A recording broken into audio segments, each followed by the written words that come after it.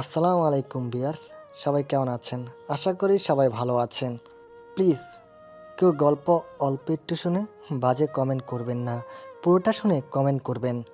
আর হ্যাঁ, আমাদের যদি কোনো ভুল ত্রুটি হয়ে থাকে, ডেসক্রিপশন বক্সে আমাদের নম্বর দেওয়া আছে, হোয়াটসঅ্যাপ আর ইমো করা।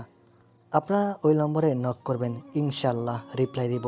আর আমাদের গল্প যদি ভালো লেগে থাকে, লাইক আর শেয়ার করতে মোটেও ভুলবেন না। আর আমাদের চ্যানেলটি সাবস্ক্রাইব করে আমাদের সাথেই থাকবেন। ধন্যবাদ। চলুন গল্পটি শুরু করা যাক। বেস্ট ফ্রেন্ডের হলুদে এসে যে এইভাবে হাসির পাত্রী হব কখনো ভাবিনি। আমি সাভিয়া, অনার্স প্রথম বর্ষ, বাংলা ডিপার্টমেন্টে পড়ি। আমার পরিবার বলতে আমি আর আমার মা আর রিদিতা। রিদিতা আমার বেস্ট ফ্রেন্ড। আজ রিদির হলুদ, আমরা সবাই হলুদ শাড়ি পরেছি। আসলে সবাই জবরদস্তি করেই পরিয়েছে। আমি শাড়ি কখনো পরিনি, সামলাতে পারি না। রিদিতার কাজিনরা জোর করেই শাড়ি পরিয়েছে। রিদিতারা খুব বড় লোক, খুব জাঁকজনকভাবে তার হলুদ অনুষ্ঠান। আত্মীয় স্বজনের পুরো বাড়ি ভরে গেছে। রিদিতার কাজিনগুলো খুব মিশুক। সবার সাজগোজ শেষে রিদিতাকে নিয়ে স্টেজে বসানো হলো। ওসব কাজিনরা সবাই অনেক নাচানাচি করলো। আমার কি, আমি তো শাড়ি পরে হাঁটতেই পারি না, আবার নাচ। রিদিতাকে মেহেন্দি পরানো হচ্ছে। তখনই রিদিতা আমার হাত নিয়ে বলল, নাও আপু, সাবিয়াকে মেহেন্দি লাগিয়ে দাও। সবাই কত সুন্দর করে সাজগোজ করেছে, আর একে দেখো একটুও সাজেনি, শুধু শাড়িটাই পরছে। আমি সাজতে পারি না। আমার সাজ বলতে শুধু চোখে একটু কাজল, হালকা লিপস্টিক। তাও তোকে খুব সুন্দর লাগছে, একদম স্নিগ্ধ। দুই হাত ভরে মেহেদি পরে বসে আছে। এদিকে শাড়ি আর একদিকে মেহেদি, খুব অসহ্য লাগছে। তাই রিদিতাকে বললাম, এই রিদি, আমি একটু রুমে গেলাম, আমার এখানে ভালো লাগছে না। যেই উঠে হাঁটতে যাব তখনই শাড়ি পায়ের সাথে লেগে পড়ে যেতে নেই। আমি তো ভয়ে চোখ অফ করে ফেলি, আর সবাই আমাকে একসাথে ডেকে ওঠে। সাবিহা! কিন্তু আমি পড়ার আগে কেউ আমায় ধরে নেয়। আর তখন রিদিতা দৌড়ে এসে বলে, থ্যাংক ইউ রাতিয়ান ভাইয়া, তুমি সাবিহাকে ধরে নিয়েছো। কিছু না বলে এখনো আমাকে ধরে রেখেছে। আর তখনই একটা মেয়ে এসে আমাকে বললেন, কি ব্যাপার, রাতিয়ানকে ছাড়ছো না কেন? নাকি এভাবেই থাকবে আজকে? আর তখনই উনি আমায় ছেড়ে দেন আর আমি নিচে পড়ে যাই। ডিসগাস্টিং। আই মেয়ে, তুমি রাতিয়ানের পাঞ্জাবি আর গালে মেহেদি লাগিয়ে দিয়েছো? আমি কিছু বলতে যাব, তার আগেই আঙ্কেল এসে পড়লেন। আরে রাতিয়ান, মুন, তোমরা মাত্র আসলা, যাও ফ্রেশ হয়ে আসো। রাতিয়ান কিছুক্ষণ তাকিয়ে থেকে উপরে চলে গেল। ওই মুনো, আমি সবার দিকে তাকিয়ে দেখি সবাই আমার দিকে তাকিয়ে হাসতেছে। রিদিতার কাজিনরা সবাই এসে রিদিকে বলল, রিদিতা সাবিয়া তো একদম রাতিয়ানের বুক জড়িয়েছিল রে। ইস, এইভাবে যদি আমি পারতাম। ধেত, কেন যে ওকে শাড়ি পরিয়েছিলাম, গালে মেহেন্দিও লাগিয়ে দিল। তখনই সবাই একসাথে হেসে উঠল। আর আমি তখন মনে মনে ভাবছি, পাজি বেটা, ধরলি বা কেন, আবার ফেলে দিলি কেন? তোরে কি বলেছিলাম আমারে ধরতে, শয়তান বেটা? আর এই শয়তান বেটাটা রিদিতার কি হয় কখনো তো দেখি নাই। সবার কথায় লজ্জা পেয়ে আমি রুমে চলে গেলাম। মেহেদি আর শাড়ি চেঞ্জ করে নিলাম। তারপর আর রুম থেকে বের হয়নি। ছি, কি লজ্জা, কি লজ্জা। রিদিতার হলুদ অনুষ্ঠান শেষ হলো রাত 12টায়। রিদিতার রুমে এসে ফ্রেশ হয়ে আমাকে ডাকতেছে। এই সাবিহা, ওর খাবি তো নাকি? সেই যে আসলি আর যাসনি কেন? আমি তখন রুমে এসে ফ্রেশ হয়ে ঘুমিয়ে পড়ি, আর নিচে যাইনি। ওর ডাকাডাকিতে আমার ঘুম ভেঙে যায়। তুই আমার সাথে কথা বলবি না রিদি, তোর সাথে আমি রেগে আছি। আই এম সরি সোনা, আমি আর কি করব বল। তুই পড়লি তো পড়লি, আমার ওই গম্ভীর ভাইয়ের উপর পড়লি, আবার তাকে মেহেন্দিও পরিয়ে দিলি, গালে আর পাঞ্জাবিতে। আমি কি করব? তোর ভাই তো আমার সামনে এসেছে, আমার কি করার আছে? যাই হোক রিদি, এই শয়তান বেটাটা কি রে, কখনো তো দেখিনি। শয়তান বেটা কি? হ্যাঁ, রাতিয়ান ভাইয়া খুব ভালো মানুষ, দেখছিস? দেখতে কত হ্যান্ডসাম, ড্যাসিং, মুডি, সবার ক্রাশ, বুঝছিস? কিন্তু একটু গম্ভীর, আর এই গম্ভীরতাই ভাইয়াকে আরও স্পেশাল করে তোলে। আমার সেজো আম্মুর ছেলে। আসলে সেজো আম্মু মারা যায় যখন, তখন ভাইয়া ফোরে পড়তো। সেজো আম্মু মারা যাওয়ার পর থেকেই ভাইয়া এমন গম্ভীর টাইপ এর হয়ে গেছে। সবাই ভাইয়াকে ভয় পায়, এমনকি সেজো আব্বুও। আচ্ছা শোন না, ভাইয়াকে তুই গালে মেহেন্দি লাগিয়ে দিয়েছিস, ভাইয়া আমার হলুদে আসতে পারলো না। আর সব থেকে বড় কথা, তখন ভাইয়া তোকে কিছুই বললো না। আমি তো ভেবেছিলাম তুই আজকে শেষ। কিছু বলিনি, মানে আমাকে যে ফেলে দিল তোর খুব ভালো ভাই, শয়তান বেটা। আমি তো ভেবেছিলাম তোকে একটা থাপ্পড় লাগিয়ে দিবে। যাই হোক, তুই বেঁচে গেছিস। সাবিহা, তোর সিভিটা আমি দিয়ে দিয়েছি। সিরিয়াসলি জান, খুব ভালো। মা, আসলে আমার খুব খুব দরকার ছিল চাকরি। টিউশনের টাকায় সংসার, আমার বই, কলেজ খরচ তো আর চলবে না। তাই রিদিতা আমার চাকরির জন্য হেল্প করতেছে। আমি প্রথমে না বলেছিলাম। রিদিতার ইমোশনাল ব্ল্যাকমেলের কারণে ওকে আমার একটা সিভি দিয়ে রাখি। হুম। মা, চল এখন খাবি। আমি এখন খাবো না সোনা, চল না দোস্ত, আমরা আজকে রাতটা গল্প করে কাটাই। আর কখনো তো তোকে এইভাবে পাবো না। হুম, আচ্ছা চল, আজকে নো ঘুম। চল ছাদে চলে যাই, খোলা আকাশের নিচে আমরা সারা রাত গল্প করব। বাকি সবাই তো ঘুমিয়ে গেছে। চল চল। তারপর দুজন মিলে ছাদে চলে যায়। দুইজন দোলনায় বসে গল্প করতে থাকি। গল্পের মাঝে রিদিতার উঠবি হাসিব কল করে।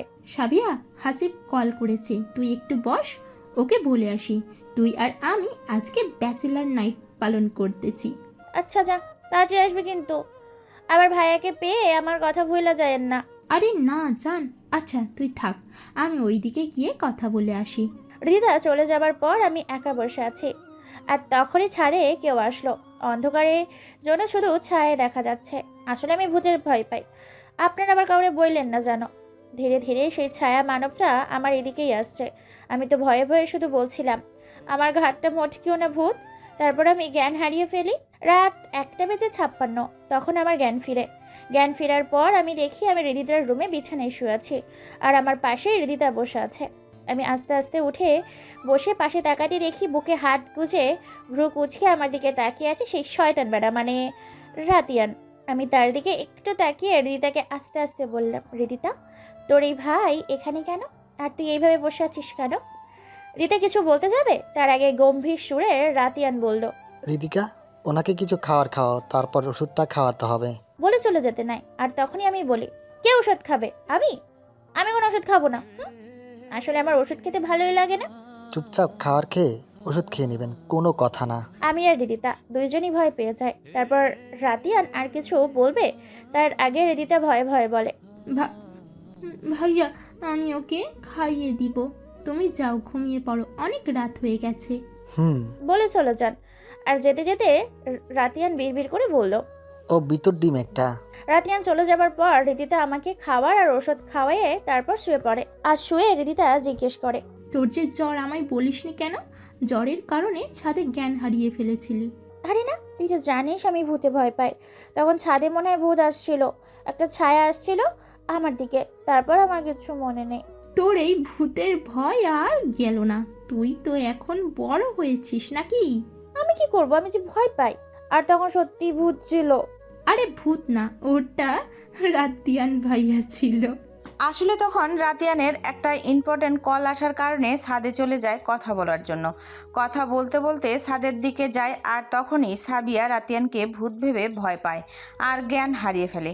সাবিয়া যখন বলে আমার ঘাড় মোটকেও না ভূত, রাতিয়ান সেটা শুনতে পায়। সাবিয়ার দিকে তাকায়, কিছু বলবে তার আগেই জ্ঞান হারিয়ে ফেলে।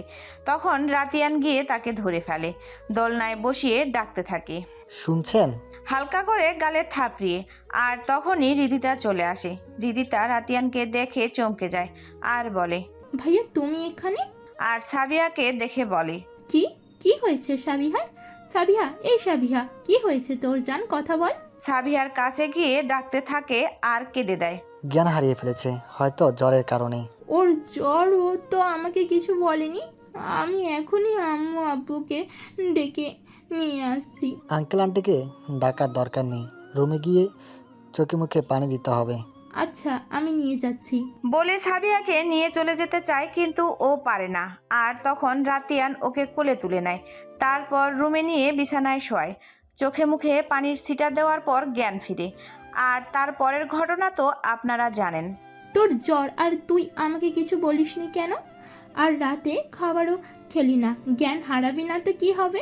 বলিনি, কারণ তুই আবার আমাকে নিয়ে ব্যস্ত হয়ে যাবি, আবার ওষুধ খেতে বলবি। জানিস তো আমার ভালো লাগে না ওষুধ। ওয়াই দাবি, তুই জানিস তোকে রাতিয়ান ভাইয়া কোলে করে আমার রুমে এনেছে? সাবিয়া অবাক হয়ে বলে, কি? মনে মনে বলি, ওই শয়তান বেটা আমাকে কোলে করে রুমে নিয়ে এসেছে। এত কিউট লাগছিল তোদের দুইজনকে, কি বলবো। ফালতু কথা রাখ আর ঘুমা। তোর কালকে বিয়ে, মনে আছে কি? ঘুমা, না হলে আবার তোর ডার্ক সার্কেল পড়ে যাবে। বউ সাজে একদম ভালো লাগবে না তোকে। তোর কারণে, শুধু তোর কারণে আমাকে বউ সাজলে ভালো লাগবে না। যা, তোর সাথে কথা নাই, আমি এখনই ঘুমাবো। Good night. গুড নাইট, আল্লাহ হাফিজ। তারপর দুজন ঘুমিয়ে পড়ে। আর এইদিকে রাতিয়ান রুমে এসে ল্যাপটপের সামনে বসে, একটা ছবি দেখে দেখে সারা রাত কাটিয়ে দেয়। আজ হৃদিতার বিয়ে।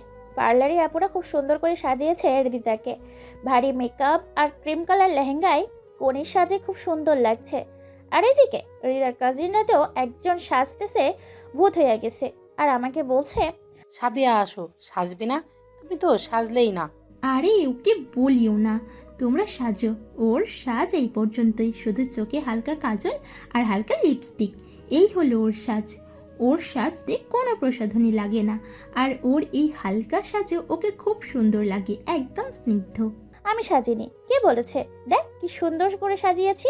আসলে আজকে আমি মেরুন কালারের একটা গাউন পরেছি, হালকা কাজল, হালকা লিপস্টিক, এই আমার সাজ। আমি কখনো ভারী মেকআপ করিনি। সবাই বলে আমি নাকি দেখতে খুব স্নিগ্ধ, খুব সহজেই কেউ আমায় মায়ায় পড়ে যায়। আমাদের কথার মাঝেই ওই ডঙ্গি মেয়ে, মানে ওই মন এসে বলে, হেই গার্ল, তোমার সাজ শেষ হয়নি এখনো? আমার তো শেষ। দেখো তো কেমন লাগছে আমাকে। আমরা সবাই অবাক হয়ে তাকিয়ে আছি। কি সাজে বাবা! একদম সিল্কি একটা শাড়ি, ভারী মেকআপ, পুরো মেকআপটাই মেবি লাগিয়েছে মুখে, আর শাড়িটা পরেছে অর্ধেক পেট বের করে। আমরা একে অন্যের মুখের দিকে তাকিয়ে আছি। তারপর সবাই একসাথে বলে ওঠে, ওয়াও, খুব সুন্দর লাগতেছে তোমায়। Oh really? আচ্ছা তোমরা থাকো, আমি রাতিয়ানকে দেখিয়ে আসি। এটা বলে চলে যায়। তারপর আমরা সবাই একসাথে উচ্চ শব্দে হেসে উঠি। তারপর আন্টি রুমে এসে বলে আমায়, সাবিহা মা, একটু আমার রুম থেকে রীতিতার নেকলেসগুলো এনে দে না, আমার নিচে যেতে হবে, অনেক কাজ বাকি আছে। এনে চাবি লকারেই আছে। তো আমি চলে যাই নেকলেস আনতে। নেকলেস নিয়ে আসার সময় ঘটলো আর এক বিপত্তি। নেকলেস নিয়ে যখনই রুমে থেকে বের হব, গিয়ে রাতিয়ানের সঙ্গে ধাক্কা খাই, আর টাল সামলাতে না পেরে পড়ে যেতে নিলে রাতিয়ানের কলার ধরে ফেলি। আসলে সাবিয়া যখন রুম থেকে বের হয় তখন রাতিয়ান সেদিক দিয়ে যেতে নেয়। সাবিয়া তাড়াহুড়া করে কোনো দিক না দেখে গিয়ে ধাক্কা খায়। সাবিয়া এই মুহূর্তে রাতিয়ানকে না ছেড়ে ওকে দেখতে ব্যস্ত, আর মনে মনে বলছে, বাহ, কি সুন্দর লোকটা, একদম গল্পের নায়কের মতো দেখতে। লোকটা খুব ফর্সা, লম্বায় 6 ফিটের কিছু ওপরে হবে, আর নীল পাঞ্জাবিতে লোকটাকে খুব খুব সুন্দর লাগছে। আর এখনো গালে আমার লাগিয়ে দেওয়া মেহেদি দেখা যাচ্ছে, একদম হালকা হালকা প্রায় উঠে গেছে। আচ্ছা, ছেলেদের এত সুন্দর হতে হবে কেন? কিন্তু যাই বলেন না কেন, লোকটা আজ তো একটা গম্ভীর মানুষ। এখনো পর্যন্ত লোকটাকে হাসতে দেখলাম না, গোমরামুখ মানুষ। আমার ভাবনার মাঝে রাতিয়ান রাগী ও গম্ভীর স্বরে ধমকে উঠে বলে, স্টুপিড, ছাড়ুন বলছি। আচ্ছা, আপনি কি দেখে চলতে পারেন না? যখন তখন মানুষের গায়ে পড়ে যান। ওনার ধমকে আমি ভয় পেয়ে ওনাকে ছেড়ে দিই। এখন থেকে দেখে হাঁটবেন, না হলে অন্য কোনো ছেলের গায়ের মধ্যে পড়ে যেতে পারেন, যা আমি চাই না। বলতে বলতে চলে যায়। কি বলে গেলেন উনি এগুলা? কিছুই তো বুঝলাম না, সব মাথার ওপর দিয়ে গেল। ধ্যাৎ, ভালো লাগে না। আর আমারও না কি যে হয়েছে, শুধু ওনার সামনেই পড়ে যাচ্ছে। আবার আমাকে লোকটা ধমক দিল, একটু ভালো না লোকটা, আর একটু সুন্দর না, খুব বাজে দেখতে। আরে সাবিয়া আপু, তুমি এখানে দাঁড়িয়ে আছো কেন? তোমাকে তো নেকলেসটা নিয়ে যেতে বলেছি, তুমি আসতেছো না দেখে আমাকে পাঠালো। পেয়েছো তো নেকলেসটা? হৃদিতার কাজিন, 10ম শ্রেণীতে পড়ে, খুব মিষ্টি একটা মেয়ে। হ্যাঁ হ্যাঁ, চলো চলো, নেকলেসটা পেয়ে গেছি। তারপর আমরা দুজন চলে যাই। আলহামদুলিল্লাহ, হৃদিতার বিয়ে সম্পূর্ণ হলো। স্টেজে সবাই বর কনের সাথে ছবি তুলতেছে। আমি আর হৃদিতাও কিছু ছবি উঠিয়েছি। তখনই হৃদিতার কাজিনরা বলতেছে, দেখো তো রাতিয়ান, ভাইকে কি সুন্দর লাগছে। আহ, আমি তো ক্রাশ খেয়ে গেলাম। তো বলে দাও না, গিয়ে যে তুমি তাকে ভালোবাসো। আরে বাবা, আমি পারবো না, যদি থাপ্পড় লাগিয়ে দেয়। থাক বাবা, বলার দরকার নেই। আর দেখো না, ওই মন কেমন রাতিয়ান ভাইয়ার গা ঘেঁষে থাকে সারাক্ষণ। আমার তো মনে হয় এই পেতনিটাকে একটা থাপ্পড় লাগিয়ে দিই। আমি এতক্ষণ ওদের কথা শুনছিলাম। স্টেজের থেকে একটু দূরে রাতিয়ান আর মন দাঁড়িয়ে আছে। দাঁড়িয়ে না, কথা বলছে দাঁড়া। আসলে ওরা অফিসের একটি বিষয়ে আলোচনা করতেছে, সেটা তো আর সাবিহারা জানে না। আচ্ছা হৃদিতা, শুন। বল। রাতিয়ান তো তোর কাজিন, এই মন তোর কি লাগে? ওর ব্যাপারে তো কিছু বলিসনি।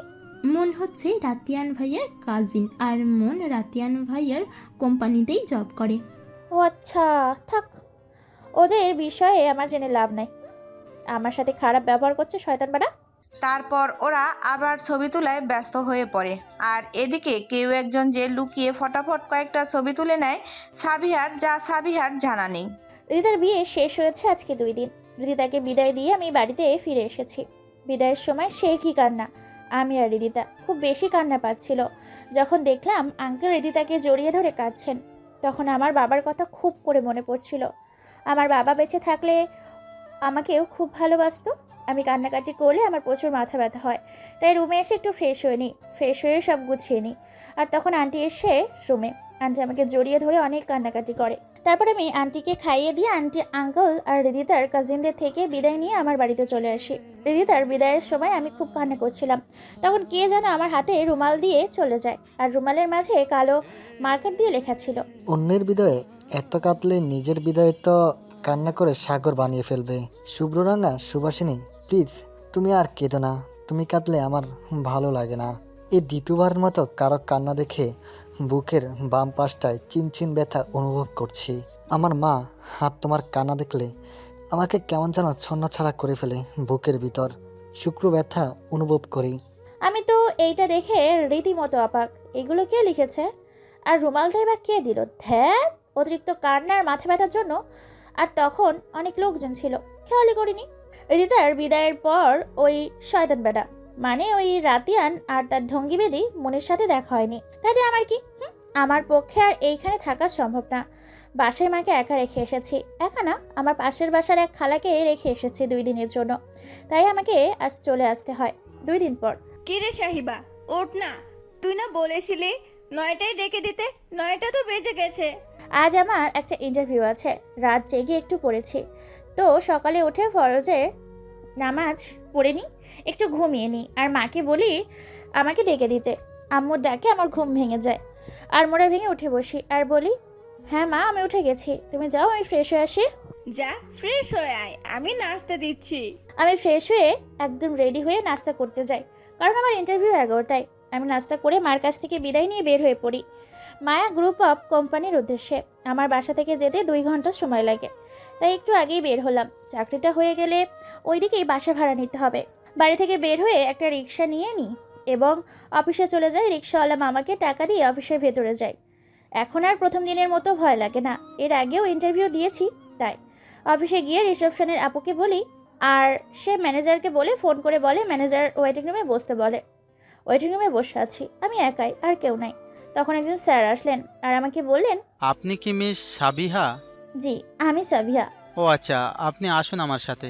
বলে চলতে থাকলেন। আমি তার পেছনে পেছনে যেতে জিজ্ঞেস করলাম, আচ্ছা স্যার, আজকে কি ইন্টারভিউ ডেট না? আই মিন কাউকে তো দেখছি না ইন্টারভিউ দিতে আসছে। কাউকে দেখলাম না, তাই জিজ্ঞেস করলাম। জি ম্যাম, আজকে ইন্টারভিউ আছে, আপনি আসুন আমার সাথে। স্যারটা একটা কেবিনের সামনে গিয়ে বলল, may I come in sir? কেবিনের ভেতর থেকে অনুমতি আসলো। Yes, come in. তারপর আমরা দুজন কেবিনে প্রবেশ করলাম। কেবিনের লোকটা মাথা নিচু করে ল্যাপটপে কাজ করছিল, আর সেদিকেই নজর রেখে বলেন, হ্যাঁ শফিক সাহেব, বলেন কি দরকার? স্যার, মিস সাবিহা এসেছেন। জি, বসেন আপনারা, এই তো আমার কাজ শেষ। বলে সাবিহাদের দিকে তাকায়। লোকটাকে দেখা মাত্রই সাবিহা হালকা চিল দিয়ে বলে ওঠে, আরে আপনি এখানে? আরে সাহিবা, আপনি এখানে? What a surprise! কেমন আছেন আপনি? অনেক দিন পরে দেখা হলো, তবে এইভাবে হবে ভাবিনি। আমিও ভাবিনি। আলহামদুলিল্লাহ ভালো আছি, আপনি কেমন আছেন? স্যার, আপনারা দুজনকে চিনেন? হ্যাঁ সাহিবা, বসেন না প্লিজ। স্যার, আপনারা কথা বলেন, আমি আসি। ওকে, তো মিস সাহিবা, ওই দিনের পর তো আপনার কোনো খোঁজ খবরই নেই। কোথায় হারিয়ে গিয়েছিলেন কিছু না বলে? আপনাকে কিন্তু আমি অনেক খুঁজেছি। আমার বাসাটা চেঞ্জ করে কলেজের কাছাকাছি একটা বাসা নিয়েছিলাম, ওই আর কি।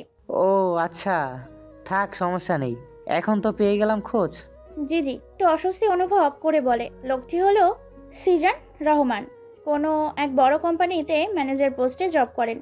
উনি যে এই কোম্পানিতে জব করেন জানতাম না। উনি আমরা যে বাসায় থাকতাম তার পাশের ফ্ল্যাটেই থাকতেন।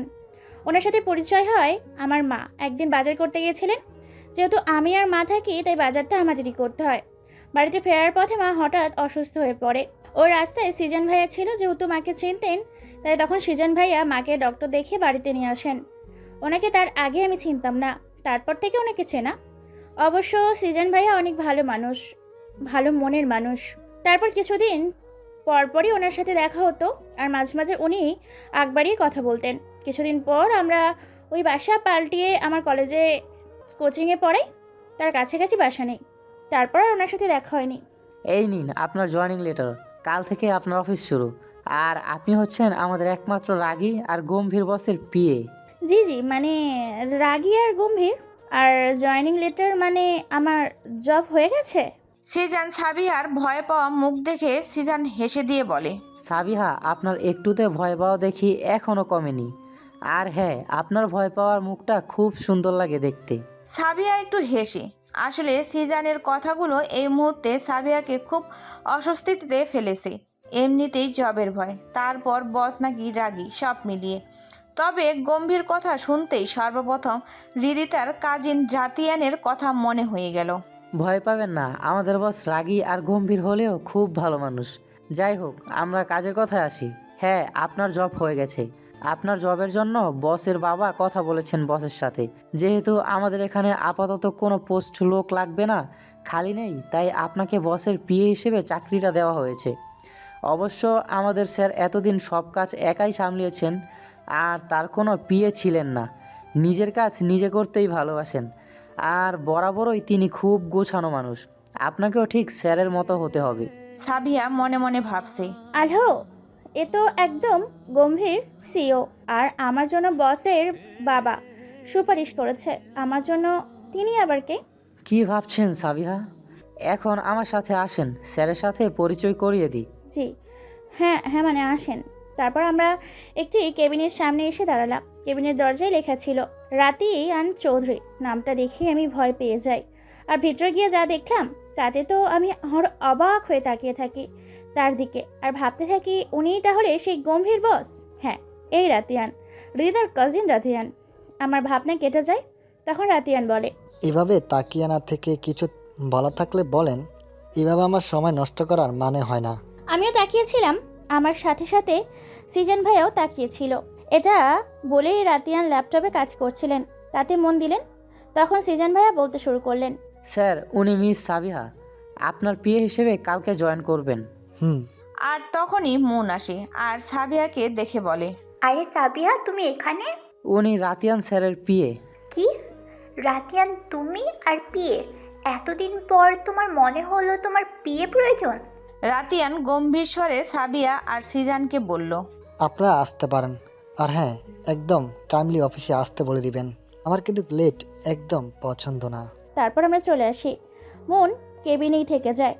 যেহেতু আমার কালকে থেকে অফিসে আসতে হবে, তাই আজকে আমি বাড়িতে ফিরে আসি। সিজন ভাইয়া আর আমি কথা বলতে বলতে নিচে চলে আসি। সিজন ভাইয়া কিছু কথা বলে রিক্সা ডেকে দেয়। আর কেউ যে তাদের দিকে রক্তচক্ষুতে তাকিয়ে আছে তা আর তাদের জানা হলো না। রিক্সায় বসে আমি মনে মনে ওই শয়তান বেড়াকে গালি দিতে থাকি। শয়তান বেড়া, কানা, বয়রা, ঠসা বেড়া। এমন ভাব করলো মনে হয় আমার চিনিই না, কখনো দেখেনি। বইরা বেড়া, কনহেনকার। আবার নিজেই নিজেই ভাবতে থাকি, ধ্যাত কি যে বলি, উনি তো আবার বুইরা না, আমিও না, যে কিসব বলি। বাড়িতে পৌঁছাতে 4টা বেজে যায়। বাড়ি ফিরে ফ্রেশ হয়ে মায়ের সাথে কিছু কাজে সাহায্য করি। তারপর রুমে গিয়ে রিতাকে কল করি। হ্যালো সাবিহা, কেমন আছিস? হ্যাঁ ভালো, তুই? আমিও ভালো আছি। রিদিতা, আমার জব হয়ে গেছে। সত্যি সাবিহা, ট্রিট দিবি না আমায়? দিব। তার আগে বল, তুই কি আমার সিভিটা তোর কাজিন রাতিয়ানকে দিয়েছিলি? না তো, সেজো আব্বুকে দিয়েছিলাম। ও আচ্ছা, উনিই আমার জন্য সুপারিশ করেছেন। যাই হোক, এখন বল, কবে থেকে তোর অফিস? কালকে থেকে। হাসিব ভাইয়া আর তোর বাড়ির সবাই কেমন আছেন? আলহামদুলিল্লাহ, সবাই ভালো আছে। আচ্ছা সাবিহা, পরে কথা বলি, শাশুড়ি মা ডাকে, বাই জানো।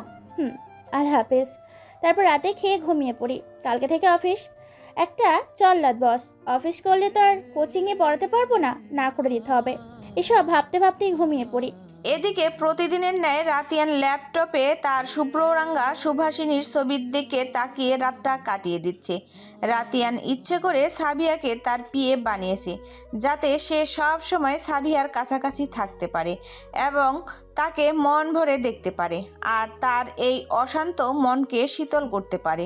রাতিয়ানের হৃদিতার বিয়েতে যাওয়ার ইচ্ছা বা সময় কোনোটাই ছিল না, শুধু তার বাবা আর তার আন্টির জড়াজড়িতে যাওয়া। কিন্তু হৃদিতার বিয়েতে গিয়ে যে তার মনের গহীনের বসবাসকারিণীকে পেয়ে যাবে কখনোই ভাবেনি। ঠিক 1 মাস আগের কথা। অফিসের একটা ইম্পর্টেন্ট মিটিংয়ের জন্য যাওয়ার সময় রাস্তায় জ্যামে 30 মিনিটের জন্য প্রচণ্ড অস্বস্তি, প্রচণ্ড রাগান্বিত হয়ে যখন আটকে বসেছিল, তখন ঠিক তার গাড়ির পাশেই দুজন মেয়ের কথোপকথন শুনে গাড়ির গ্লাস ভেদ করে তাকাতেই দেখতে পায় রিকশায় একটি মেয়ে, যার চুলগুলো খোলা, পরনে সাদা গাউন আর চোখে হালকা কাজল। মেয়েটা যেন একদম শুভ্রতার প্রতীক। আর একটি মুখটা একদম শুকনো, মনে হয় একটি ফুলও বিক্রি করেনি। আর সে মেয়েটাকে গিয়ে বলল, আপু একটা ফুল নাও না। মেয়েটি হেসে গিয়ে পিচ্চিটার গাল টেনে দিয়ে বলল, দিয়ে দাও দুটো। মেয়েটা দুটো ফুল কিনে নিল এবং তার থেকে একটি ফুল মেয়েটির কানে গুজে দিয়ে হেসে হেসে বলল, শোনো কি ওটা ডিব্বা, তুমি তো নিজেই একটা ফুল, তোমার কাছে তো সব ফুল হার মেনে যাবে। তারপর ব্যাগ থেকে একটি চিপসের প্যাকেট পিচ্চিটাকে দিল। তারপর পিচ্চি আর সেই মেয়েটা একসাথে হেসে ওঠে। আর তাদের হাসি দেখে কেউ একজনের রাগ নিমিষেই গলে যায়। যে মানুষটা সহজে হাসে না, সে নিমিষেই নিজের আনমনেই মুচকি হেসে ওঠে। কিন্তু পর মুহূর্তে তার মায়ের হাসি ভরা মুখটা মনে পড়ে যায় আর ভাবতে থাকে তার মাও যে এমন ছিল। তার ভাবনার মাঝেই হঠাৎ করে জ্যাম কেটে যায় আর মেয়েটার রিকশাও চলে যায় আর তার গাড়িও ছুটে চলে যায় গন্তব্যে। তারপর থেকে আজ পর্যন্ত মেয়েটাকে ভুলতে পারেনি। প্রথম রাতিয়ান খুব রেগে যেত। কেন সে ওই মেয়েটাকে নিয়ে এত ভাবে, কেন সে ভুলতে পারে না সেই মেয়েটাকে, কেন সেই মেয়েটাকে এক পলক দেখার জন্য তার মনটা অশান্ত হয়ে ওঠে। প্রতি রাতে কেন মেয়েটার সেই হাসি মাখা মুখটাকে মনে করে নির্ঘুম রাত কাটায়। তাহলে কি সে মেয়েটাকে ভালোবেসে ফেলেছে? সে নিজেই নিজেকে বলে, না, এটা কখনোই না। কিন্তু সে এতদিনে ঠিক বুঝে গেছে, হ্যাঁ, সে মেয়েটাকে ভালোবেসেছে। তাই মেয়েটাকে খুঁজতে থাকে। সাবিহার সেদিন ইন্টারভিউ ছিল। সে ইন্টারভিউ দিতে যাওয়ার সময় সেই পিচ্চি মেয়েটার থেকে ফুল কিনে, কিন্তু সে ওই দিন ইন্টারভিউ দিতে যেতে পারেনি। তার মার অসুস্থতার কারণে তাকে ফিরে আসতে হয়। আর না সে রাতিয়ানের সম্পর্কে কিছু জানতো। ঘড়িতে ঠিক সকাল 9টা বেজে 1 মিনিট। অফিসে এসে পৌঁছিয়েছে সাবিহা। অফিসের প্রথম দিন কাউকে চিনে না, শুধু সিজানকে ছাড়া। তাই সর্বপ্রথম সিজানের কেবিনের দিকে যায়। পরবর্তীতে সিজান সবার সাথে সাবিহাকে পরিচয় করিয়ে দেয়। অফিসে রূপসা নামের একটি মেয়ে, দেখতে যেমন মাশাল্লাহ, কথাও ব্যবহার অনেক সুন্দর। সাবিহার সাথে অল্প সময়ের মধ্যেই ফ্রেন্ড হয়ে যায়। সবার সাথে পরিচয় হওয়ার শেষে সাবিহাকে তার ডেস্কে পৌঁছে দেয় সিজান। সাবিহা আর রাতিয়ানের কেবিন পাশাপাশি। কেবিনের মাঝে শুধু একটি সূক্ষ্ম কাচের দেওয়াল, যার ফলে এক ডেস্ক থেকে আরেক ডেস্কের সব দৃশ্য একদম স্বচ্ছ, পরিষ্কার। প্রতিদিনের ন্যায় আজও রাতিয়ান আর মন অফিসে প্রবেশ করলো, কিন্তু প্রতিদিনের তুলনায় আধ ঘন্টা আগে। যেখানে তারা অফিসে আসে 10টায়। কেবিনে যাওয়ার 10 মিনিট পর সাবিহাকে ডেকে পাঠায় রাতিয়ান। অবশ্য রাতিয়ান না, মুন ডেকে পাঠিয়েছে। সাবিহা ভয়ে ভয়ে কেবিনের সামনে যায়। আসবো? ভেতর থেকে জবাব আসে, ইয়েস, কামিন। সাবিহা ডেস্কে যাওয়ার পর মুনকে দেখতে পেয়ে তার ভয় একটু কমে যায়। তারপর সাবিহা মুনকে জিজ্ঞাসা করে, কেমন আছো মন আপু? মুন ভ্রু কুঁচকে বলে ওঠে, ভালো। শুনে রাখো সাবিয়া, এটা অফিস। এখানে আর যেন কখনো তোমাকে আপু বলতে না শুনি। আর হ্যাঁ, অবশ্যই ম্যাম বলবা। আর যেহেতু তুমি এই অফিসে কর্মরত, সব কাজ খুব ভালোভাবেই করবা। কখনো কাজে ফাঁকিবাজি করবা না। মনে রাখবা, আঙ্কেলের কথাই তুমি জবটা পেয়েছো। আর ওইদিকে রাতিয়ান তো শুধু তার সুহাসীর ওই মায়াবী চোখের দিকে তাকিয়ে আছে। জি হ্যাঁ হ্যাঁ ম্যাম, মনে থাকবে। আর চোখে একবার রাতিয়ানের দিকে তাকিয়ে ছলছল চোখে একটু হাসার চেষ্টা করে বলছে, ঠিক একই কারণে সাবিয়া চায়নি রিদিতার কোনো কারো হেল্প নিতে। লোকের কাছে শুনতে হবে মানুষের দোয়ায় চাকরিটা পেয়েছে। গুড। এখন অফিস ক্যান্টিন থেকে 2টা কফি নিয়ে আসো যাও। মন ইচ্ছে করে সাবিহাকে বলেছে, কেননা কফি আনার জন্য তো কদম রয়েছেই। জি ম্যাম, যাচ্ছে। হঠাৎ করে মায়াবী ওই দুই চোখে জল ছলাছল করতেই রাতিয়ানের সম্মিত ফিরে আসে। তারপর গম্ভীর স্বরে মনের উদ্দেশ্যে বলে ওঠে, লিসেন মি, প্রথমত সাদিয়া হচ্ছে আমার পার্সোনাল অ্যাসিস্ট্যান্ট, তোমার না। আর চা কফি আনার জন্য পিয়ন রয়েছে, সাবিয়াকে রাখা হয়নি তার জন্য। রাতিয়ান, আমি তো জাস্ট দেখছিলাম সাবিহা কতটা কাজ করতে পারে বা পারবে। উনি কতটা কাজ করতে পারবে না পারবে সেটা আমি দেখে নিব, সেটা তোমাকে দেখতে হবে না। আর একটা কথা মনে রেখো, তুমি কিন্তু বাবার কথাতে জবটা পেয়েছো। রাতিয়ানের এমন কথায় মন রেগে যায়, রাগান্বিত হয়ে বলে ওঠে, তুমি বাইরের এই মেয়েটার জন্য বাইরের মেয়েটার সামনে আমাকে অপমান করছো রাতিয়ান। রাতিয়ান একদম স্বাভাবিকভাবে কাজ করতে করতে বলে, অপমান নয়, তোমাকে শুধু মনে করিয়ে দিলাম। মুন নেকা কান্না করে কেবিন থেকে বের হয়ে গেল। আর সাবিয়া এতক্ষণ নীরব দর্শকের মতো ফ্যাল করে তাকিয়ে সব দেখছিল আর ভাবছিল।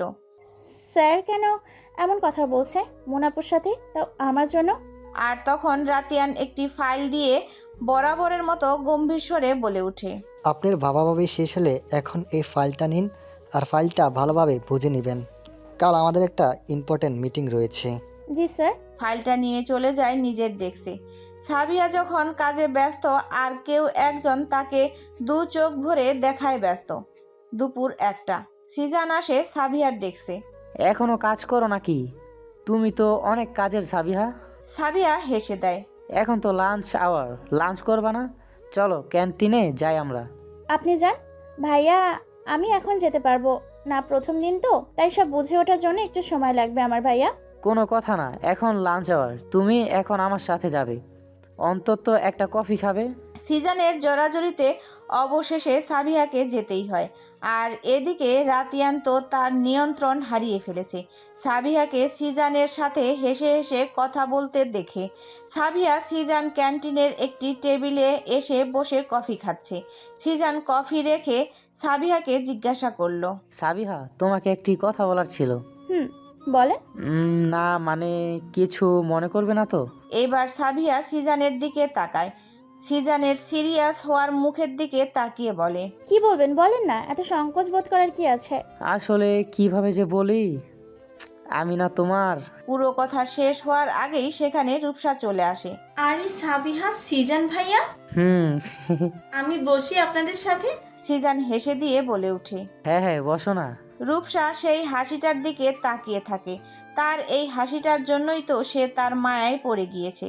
1 বছর যাবৎ রূপসা সিজানের প্রেমে হাবুডুবু খাচ্ছে, কিন্তু বলার সাহস হয়নি কখনো। হ্যাঁ ভাইয়া, কি যেন বলতে চাইলেন, বললেন না তো?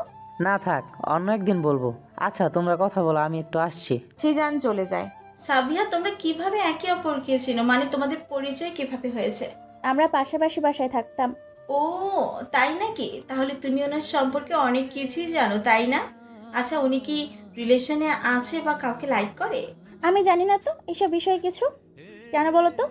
রুকুজকে জিজ্ঞেস করে। না তেমন কিছু না, এমনি জিজ্ঞেস করো। চলো যাই। বর্তমানে রাতিয়ান স্যারের সামনে দাঁড়িয়ে আছি, আর টেবিলে 10 থেকে 15টা ফাইল রাখা। আর রাতিয়ান স্যার সে তো তার কাজ নিয়ে বিজি, কাজ করতে করতেই বললেন, কি হলো, ফাইলগুলো নিন, আর ফাইলগুলো ভালোভাবে বুঝে নেবেন। জি স্যার। ফাইলগুলো হাতে নিয়ে আসার সময় মনে মনে বলে, শয়তান বেটা, প্রথম দিনে এতগুলো ফাইল দিয়ে দিল, হায় আল্লাহ আমাকে বাঁচাও, এখন আমার কি হবে গো? একটা ফাইল, এই জীবন যায়, আল্লাহ এতগুলো কেমনে কি করবো আল্লাহ। আর হ্যাঁ মিস সাবিহা, অফিসটা কাজের জায়গা, এটা কোনো রেস্টুরেন্ট না, কথাটা মাথায় রাখবেন। সাবিয়া কিছু না বুঝে রাতিয়ানের মুখের দিকে ফ্যাল করে তাকিয়ে আছে।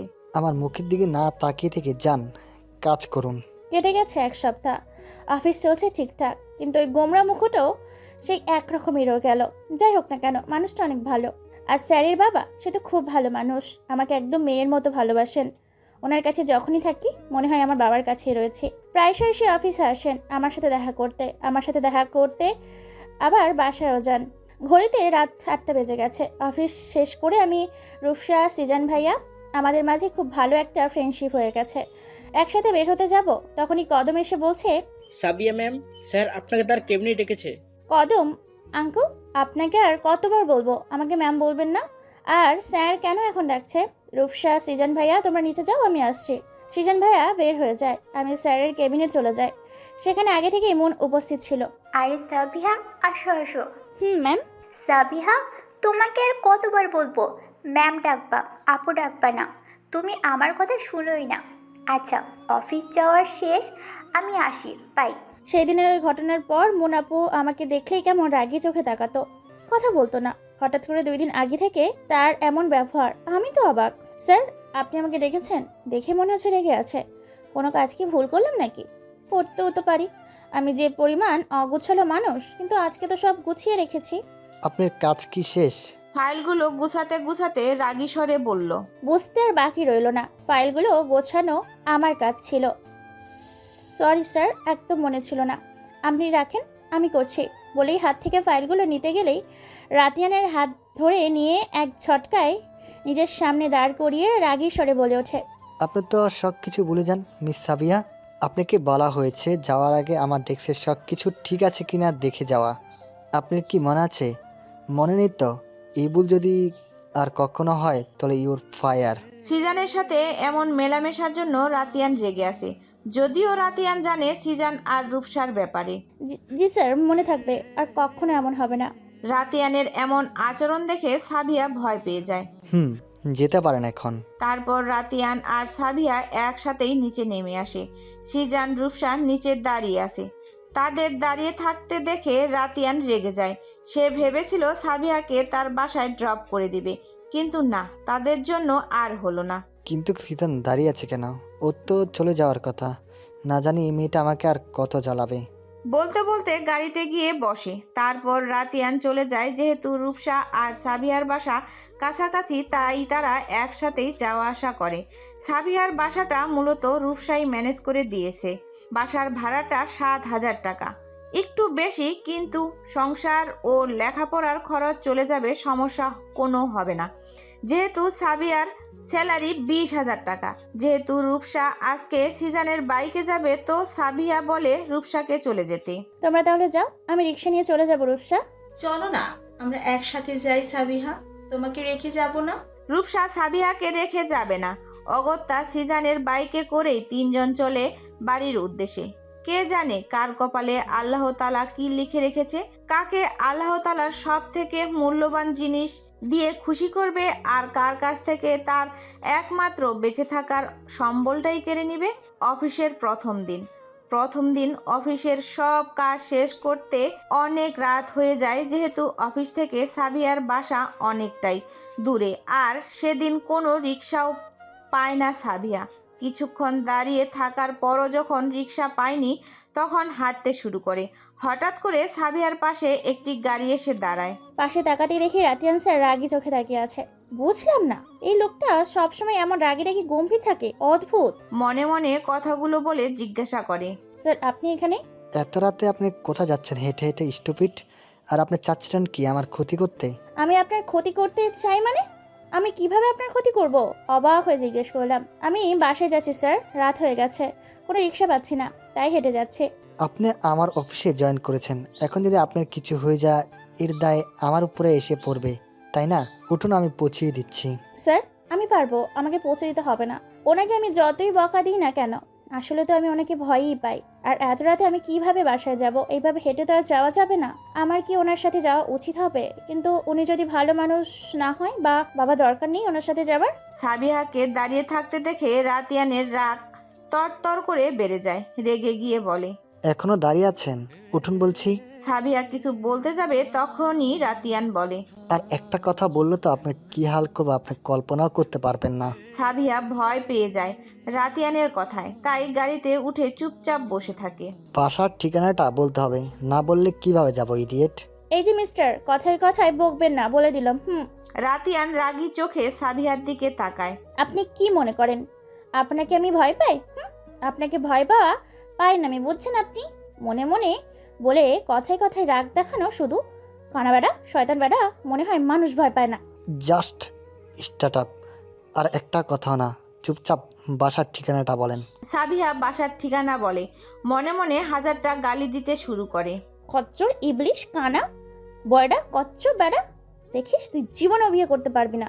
আর যদি কখনো বিয়ে করতে পারিস, তাহলে তোর বউ কানা খুঁড়া প্রতিবন্ধী থাকবো, দেখিস। সেদিন রাতিয়ান সাবিহাকে বাসায় পৌঁছে দেয়। তারপর সাবিহা অফিসের কাছাকাছি একটি বাসা ভাড়া নিয়ে নেয়, আর বাসা ভাড়া নিতে রূপসা হেল্প করে।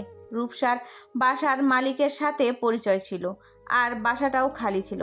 যেহেতু আজ বৃহস্পতিবার, তাই সন্ধ্যায় ছুটি হয়ে যায় আর শুক্রবারই তারা নতুন বাসায় উঠে যায়। তো তোমরাও চলো না, বাসায় এক কাপ চা তো খাওয়াই যায়, তাই না?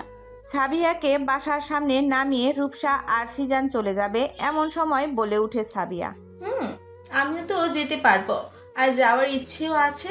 আন্টির সাথে দেখা করে আসতে পারবো। চলুন না সিজন, যাই। এক কাপ চাই তো, বেশি সময় লাগবে না, আর আন্টির সাথেও কথা হবে। আর এমনিতেও আন্টি একটু অসুস্থ। ওকে, তাহলে চলো। কলিং বেল দেওয়ার পরও দরজা খুলছে না সাবিহার মা। মা দরজা কেন খুলছে না? বলে কলিং বেল রেখে দরজায় করাঘাত করে। আরে এত ব্যস্ত হচ্ছ কেন? কাজ করছে হয়তো বা। আরে ধ্যাত, আমার কাছে তো চাবি আছে। আমিও না, আমার কিচ্ছু মনে থাকে না। দাঁড়াও, আমি খুলছি দরজা। দেখছি মা এমন কি কাজ করে। তারপর সাবিয়া রুমে প্রবেশ করে। মা, কই তুমি? দেখো সিজন ভাই আর রূপসা এসেছে। রুমে কোনো সারা শব্দ নেই। আন্টি কই তুমি? বরাবরই রূপসা বাসায় আসলে এমন করে। মা আর রূপসার খুব ভাব হয়ে গেছে এই এক সপ্তাহে। আন্টি কি কোথায় গেছে? বাসায় নেই মনে হয়। কি যে বলেন না সিজন ভাই, রাতে মা কোথায় যাবে? মনে হয় রুমে আছে। আপনারা বসেন, আমি আসছি। বলে রুমে চলে যায় সাবিহা। প্রায় 5 মিনিট পর আমি সিজন ভাই কথা বলছি বসে বসে, তখনই রুম থেকে সাবিয়া চিৎকার। দৌড়ে আমি এসে সিজন রুমে চলে যাই। গিয়ে দেখি সাবিয়া কেঁদে কেঁদে আন্টিকে ডাকছে আর উঠতে বলতেছে। কি হয়েছে সাবিহা? কাঁদছো কেন? আর আন্টির কি হয়েছে? সাবিহার তো হাত পা কাঁপাকাঁপি শুরু হয়ে গিয়েছে। ও কথাটিও বলতে পারছে না। তখন রুমে এসে দেখে মা শুয়ে আছে। সাবিহা ভেবেছিল ঘুমিয়ে গিয়েছে, তাই ডাকতে যায়। 5 মিনিট ডাকার পরও যখন মা উঠল না, তখন কাছে এগিয়ে গিয়ে হালকা করে একটু ঝাঁকিয়ে দিয়ে ডাকতে থাকে। এত ডাকাডাকির পরও যখন উঠছে না, তখন সাবিহার মনে অজানা একটা ভয় জেগে ওঠে আর কেঁদে দিয়ে চিৎকার করে ওঠে। সাবিহা এত ভয় পেয়ে গিয়েছে, ওর কোনো কিছুর প্রতি হুঁশ নেই। ওর মাকে যে হসপিটালে নিতে হবে সে খেয়ালও নেই। আচ্ছা তুমি এইদিকে এসো সিজন, একটু দেখো। সিজানও কেমন যেন ভয় পেয়ে যায়, কিন্তু তা প্রকাশ করে না। আরে কিছু হয়নি, তুমি কান্না থামাও। আর এখন এভাবে বসে থাকার সময় না সাবিহা। আন্টিকে খুব দ্রুত হসপিটালে নিতে হবে। জীবনের রং বদলায়, কখনো সুখ, কখনো বা দুঃখ। কখনো কখনো মনে হয় চারপাশেই শুধু দুঃখের বিচরণ, আবার কখনো মনে হয় জীবনে শুধু দুঃখ, দুঃখ ছাড়া আর কিছুই নেই। আবার কখনো মনে হয় বেঁচে থাকাই জীবনের সার্থকতা। আবার কখনো মনে হয় আমি একদম নিঃস্ব, আমার বেঁচে থাকা না থাকার কোনো মানেই নেই। হসপিটালের করিডোরে পাথরের মূর্তির ন্যায় বসে আছে সাবিয়া। মনের ভেতরে হাজারো ভয় কাজ করছে তার। না, সে আর কাঁদছে না। হসপিটালে আসার পর সে আর কাঁদেনি। তার পাশেই বসে আছে রূপসা। একটু দূরেই দাঁড়িয়ে আছে সিজান আর রাতিয়ান। রাতিয়ান এক দৃষ্টিতে তাকিয়ে আছে সাবিয়ার ওই শুকনো মুখ পানে। রাতিয়ানের বুকের ভেতরে অসহ্য এক ব্যথা অনুভব হচ্ছে। কেন যেন সাবিয়ার মুখটা দেখে ভেতরটা দুমড়ে মুচড়ে যাচ্ছে। রাতিয়ান তখন বাসায় না গিয়ে সাবিহাদের বাসার সামনে একটু দাঁড়িয়েছিল। কেন জানি না রাতিয়ানের মন বারবার বলছিল একটু দাঁড়িয়ে যেতে। কিছুক্ষণ থেকে যখন রাতিয়ান চলে আসবে, তখনই ওদের সবাইকে দেখে নিচে আসতে, আর রোজিনা রেনুকে সিজান কোলে করে নিয়ে নিচে এসে দাঁড়ায়। তারপর রাতিয়ানি ওদেরকে হসপিটালে নিয়ে আসে। এই তো 5 মিনিট আগে রোজিনা রেনুকে সাবিহার মা আইসিইউতে নেওয়া হয়েছে। কিছুক্ষণ পরই ডক্টর বের হয়ে আসে আইসিইউ থেকে। ডক্টরকে বের হতে দেখেই সাবিহা দৌড়ে চলে যায় ডক্টরের কাছে, আর ওর সাথে সাথে সিজান, রূপসা আর রাতিয়ান। ডক্টর, আমার মা কেমন আছে এখন? সুস্থ হয়ে যাবে তো আমার মা? উত্তেজিত ও ব্যস্ত হয়ে জিজ্ঞাসা করে। দেখুন, আগে আপনি একটু শান্ত হন। পৃথিবীতে কেউ সেদিন থাকে না, সবাইকে একদিন চলে যেতে হবে। মানুষ মাত্রই মরণশীল, আপনাকে নিজেকে শক্ত করতে হবে। কী সব বলছেন ডক্টর? আগে আপনি বলুন না আমার মা কেমন আছে। আমার মা ঠিক আছে তাই না? কিছু হয়নি? বলুন বলুন না, চুপ করে আছেন কেন? She is no more. ওনার হার্ট অ্যাটাক হয়েছে। হার্ট অ্যাটাকের ফলে তার হৃৎপিণ্ডের রক্ত চলাচল বন্ধ হয়ে যায়, যার ফলে তার মৃত্যু হয়। আপনি মিথ্যে বলছেন তাই না? আমার মার কিচ্ছু হয়নি, আমার মার কিচ্ছু হতে পারে না, আমার মার কিচ্ছু হবে না। তারপর দৌড়ে মায়ের লাশের কাছে চলে যায় আর পাগলের মতো কথা বলতে থাকে। মা, ও মা, মা মা ওঠো না মা, দেখো না ডক্টর কি বলছে। আমি তো জানি তোমার কিচ্ছু হয়নি, তাই না? ওঠো না মা, তুমি ছাড়া আমার কি আছে বলো? বাবা তো তোমার কাছে রেখে গেছে, তুমি কার কাছে রেখে গেলে মা? আমার যে আর এই পৃথিবীতে কেউ রইলো না মা। ও মা, ওঠো না, তুমি আমাকে রেখে যেতে পারো না। আর দৌড়ে মায়ের লাশের কাছে চলে যায় আর পাগলের মতো কথা বলতে থাকে। পাশেই দাঁড়িয়ে সিজান, রূপসা কাঁদছে। রাতিয়ান একদম চুপচাপ দাঁড়িয়ে আছে। সে তো জানে মা হারানো কতটা কষ্টের যন্ত্রণার। এই রূপসা, রূপসা, মাকে বলো না আমার সাথে কথা বলতে। রূপসা শুধু কাঁদছে। সাবিয়াকে কি বলে সান্ত্বনা দিবে তা তার জানা নেই। সিজন ভাই, আপনি বলুন না মাকে কথা বলতে, বলুন না সিজন ভাই, আমার যে মা ছাড়া আর কেউ নেই, আমি কিভাবে বাঁচবো মাকে ছাড়া? রোজিনা রেনুর গালে হাত রেখে সাবিয়া বলছে, মা, ও মা, তুমি তো বলেছিলে আমি ছাড়া তোমার কেউ নেই, তুমি ছাড়াও তো আমার কেউ নেই মা। তোমার কিচ্ছু হয়নি তাই না মা? হ্যাঁ, তুমি আমার সাথে মজা করছো তাই না?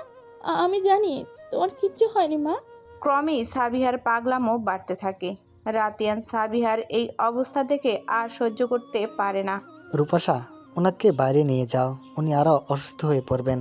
রূপসা গিয়ে সাবিহাকে নিয়ে আসতে চাইলে সাবিহা বলে ওঠে, আমি কোথাও যাব না, কোথাও যাব না, আমাকে মায়ের কাছে থাকতে হবে। মা উঠে আমাকে না দেখলে চিন্তা করবে। রূপসা, আমি কোথাও যাব না। রূপসা সাবিহাকে অনেক কষ্টে বাইরে নিয়ে যায়।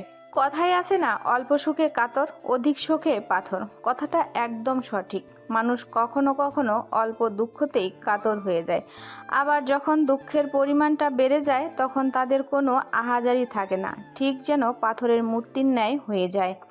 যেমনটা সাবিয়া হয়ে আছে। মায়ের লাশের কাছেই বসে মায়ের গালে আলতো করে হাত রেখে বসে আছে। সে আর কাঁদেনি, মুখে কোনো কথাই যেন আসছে না তার, শুধু ফ্যাল করে তাকিয়ে আছে তার মমতাময়ী মায়ের দিকে। একমাত্র বেঁচে থাকার অবলম্বন, পৃথিবীতে আপন, একদম কাছের, সত্যিকারে ভালোবাসার মানুষ।